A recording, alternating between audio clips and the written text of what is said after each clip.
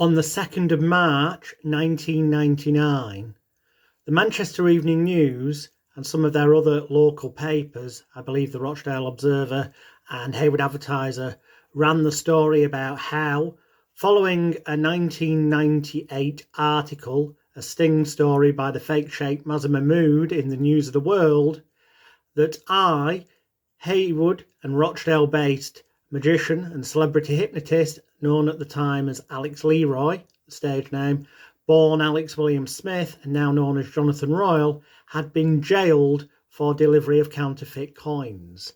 However, this story, which appeared on March the 2nd, 1999, the day after I was sentenced at Manchester Crown Court, does make mention of the fact that the judge,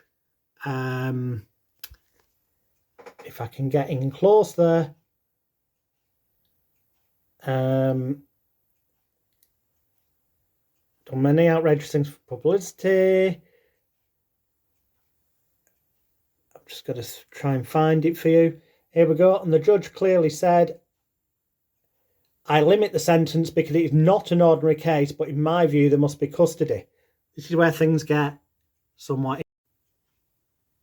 I say it gets more interesting because that acknowledged the fact that the whole thing was me indeed setting out in 1998 to try and expose the dishonest story fabrication techniques being used by Mazher Mahmood.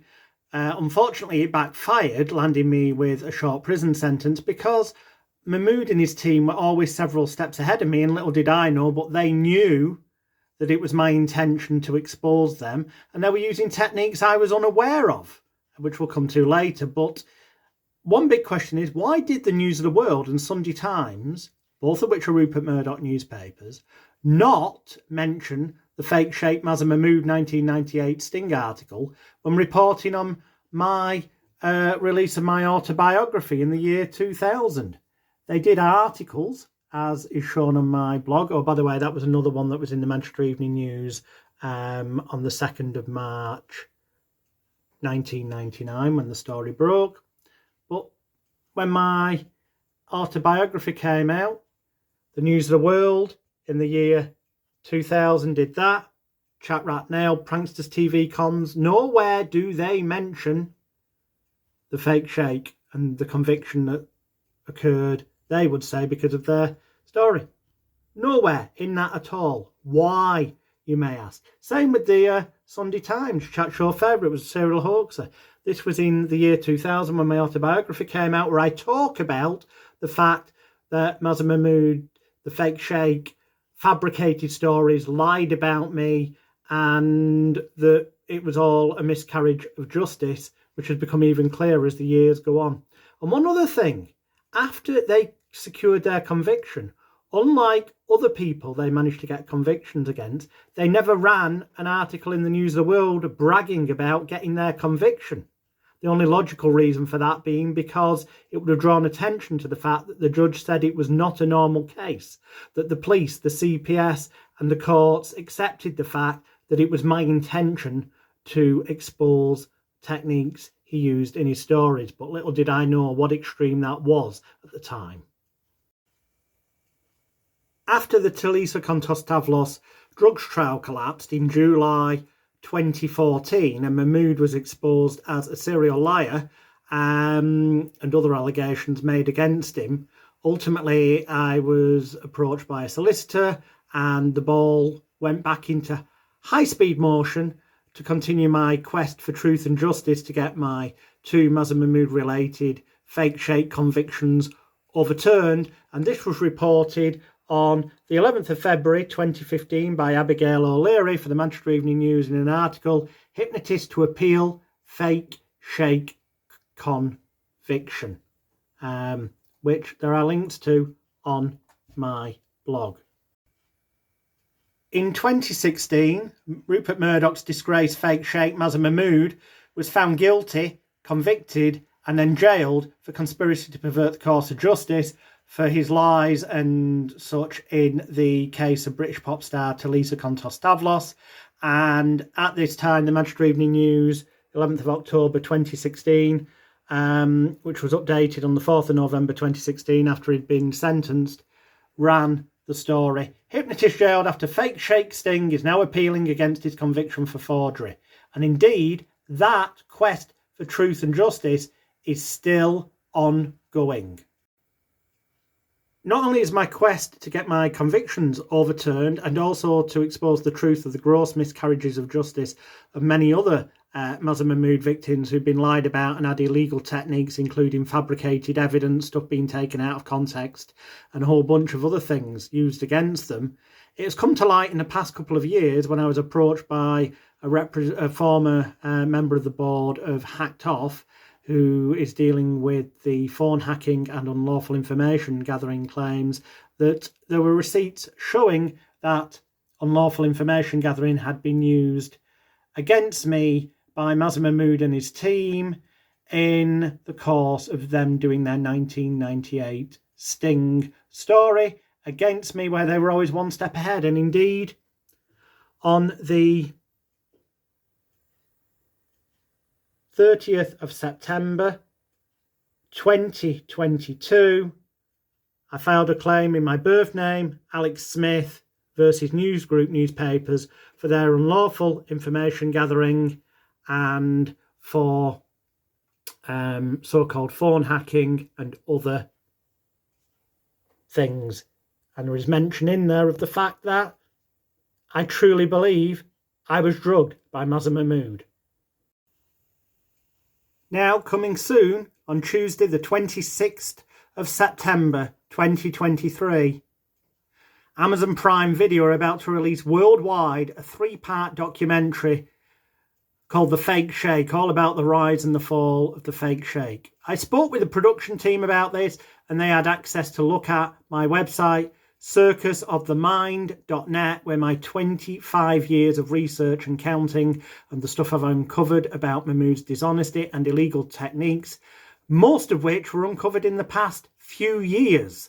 But they've had access to all that, and they met with me in person, so it'll be interesting to see how much of the following they actually include, because on that website, circusofthemind.net, you can see proof that Mazher Mahmood drugged people, including a statement from one of his former associates, Steve Grayson, who appeared on the 2014 BBC Panorama documentary, The Fake Sheikh Exposed. He's given me a sworn statement to use in my appeal against my convictions, stating that he witnessed Mahmood drug a victim's drinks, and that also Mahmood bragged about using GHB date rape style drugs in the dating arena, in his personal life. Make of that what you will. You will also find proof that he used unlawful information gathering, including illegal phone hacking and blagging. This is how he was always 5-10 steps ahead of me. It turns out he actually knew that I was trying to expose his dishonesty in editing tapes, claiming people had said things they hadn't done or taken them out of context or whatnot, and therefore engineered things so that I wouldn't be able to make him look bad, and ultimately the onus would be on me because I got manipulated into picking up some fake coins from a place where I was told the information of where to get them from one of Mahmood's staff, one of his team. They provided the money up front. I knew they'd never get into public circulation. They'd have to go to the police. So I genuinely believed that it was in the course of a public interest story to try and expose Mahmood that I would have lawful excuse. And to this day, I still believe that, but I need to actually be able to get back to the Court of Appeal, which I shall be once again contacting the Criminal Cases Review Commission in the very near future when my unlawful information gathering case is concluded. Then I'll be able to take the new evidence I've got through that to them to get things to the next stage. You'll also find proof he used highly dodgy private investigators, including Southern Investigations, a firm that's been linked its name with the Daniel Morgan murder inquiry. There's proof that his name, Mazher Mahmood, is mentioned numerous times in Daniel Morgan murder inquiry report, which is Britain's most investigated but as yet unsolved murder involving police corruption and cover-ups galore. On circusofthemind.net, there's also proof that documents exist from 1994 showing that the police and Crown Prosecution Service communicated with each other then and agreed that Mazher Mahmood could no longer ever be considered a witness of truth. That's mentioned in my current and ongoing civil claim, Smith versus News Group Newspapers Limited, filed on the 30th of September 2022, and also in my appeal documents and documents to the Criminal Cases Review Commission that you can find at circusofthemind.net. There's also proof there that Mahmood has bragged in the past about having bent police officers in his pocket, and his one-time boss, Rebecca Brooks, has even admitted paying the police, which is illegal, during the Leveson inquiry. There are also links to evidence galore that's in the public domain, which prove his long-term dishonesty and history as a serial liar and fabricator of false evidence, along with other unlawful, illegal and dishonest actions, which were all ignored by the police and Crown Prosecution Service from 1994 onwards, leading to many innocent victims being lied about and unjustly imprisoned, making these massive miscarriages of justice. Also, due to massive disclosure failures, never did the police and or the CPS ever disclose to me or any other post-1994 fake shape victims that they knew he should not be used as a witness of truth.